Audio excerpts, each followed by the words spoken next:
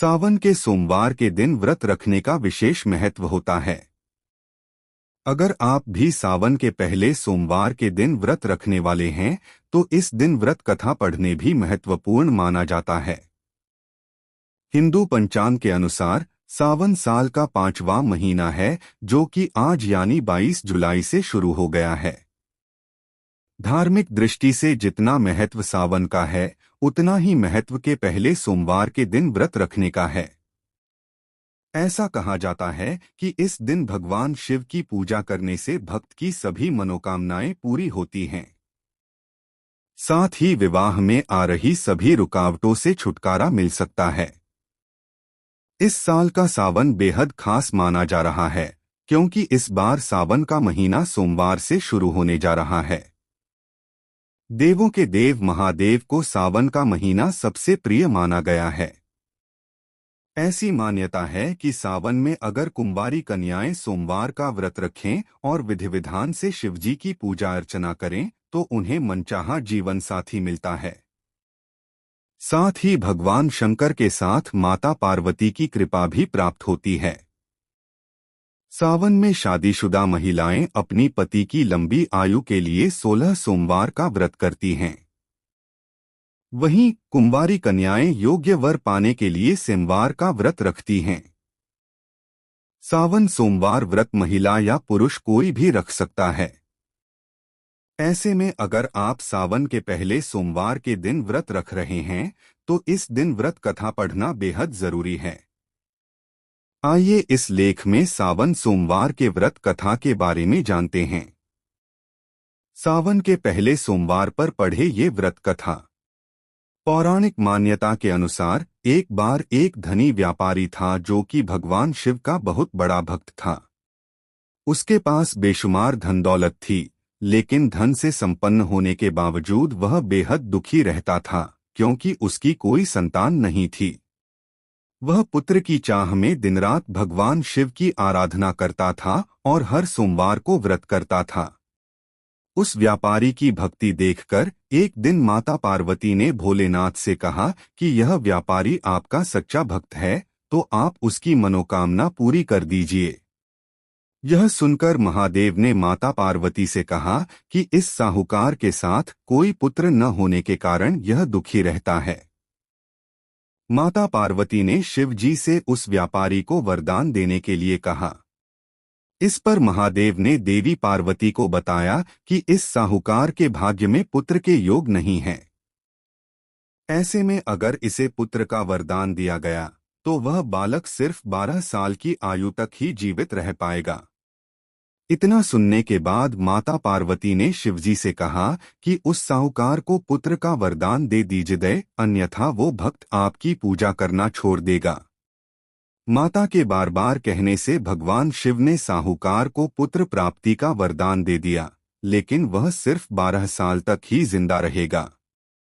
भगवान शिव से पुत्र का वरदान पाकर वह व्यापारी बहुत खुश हुआ, लेकिन वह बेटे की इतनी कम उम्र सोचकर दुखी हो गया।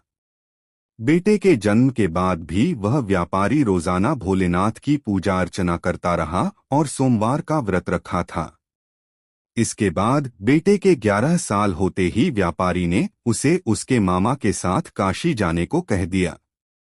व्यापारी ने अपने बेटे के मामा से कहा कि इसे काशी में पढ़ाइए और रास्ते में जहां पर भी रुकना, यहाँ यज्ञ करते और ब्राह्मणों को भोजन कराते हुए आगे बढ़िएगा।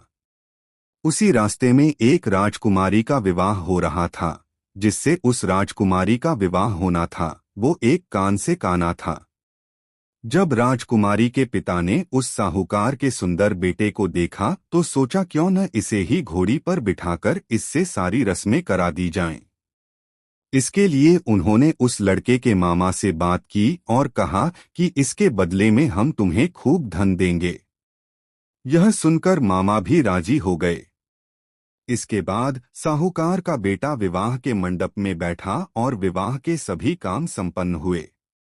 जाने से पहले साहूकार के बेटे ने राजकुमारी की चुनरी पर लिख दिया कि तुम्हारा विवाह मेरे साथ हुआ है, लेकिन जिसके साथ तुम्हें भेजेंगे वह तो एक आंख से काना है।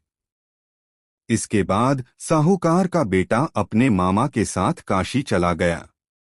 जब राजकुमारी ने अपनी चुनरी पर वह लिखा हुआ देखा तो उसने राजकुमार के साथ जाने से मना कर दिया।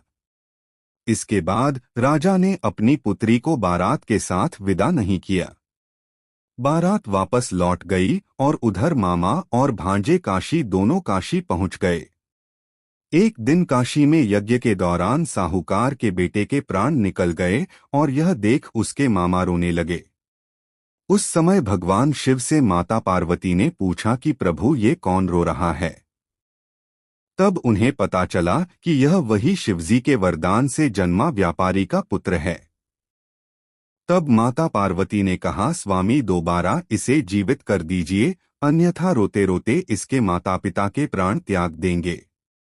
तब भगवान शिव ने बताया कि इसकी आयु इतनी ही थी, लेकिन माता पार्वती के बार बार कहने पर शिव जी ने उसे जीवित कर दिया।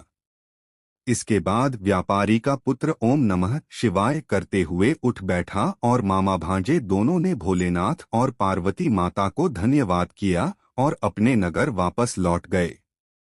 तभी रास्ते में साहूकार का बेटा गिर गया और राजकुमारी ने उन्हें पहचान लिया। तब राजकुमारी के पिता ने साहूकार के बेटे का अपनी बेटी के साथ विवाह कराया और बहुत सारे धनधान्य के साथ विदा किया। इसके बाद वो अपने गांव लौट गए। साहूकार अपने बेटे और बहू को देखकर बहुत खुश हुआ।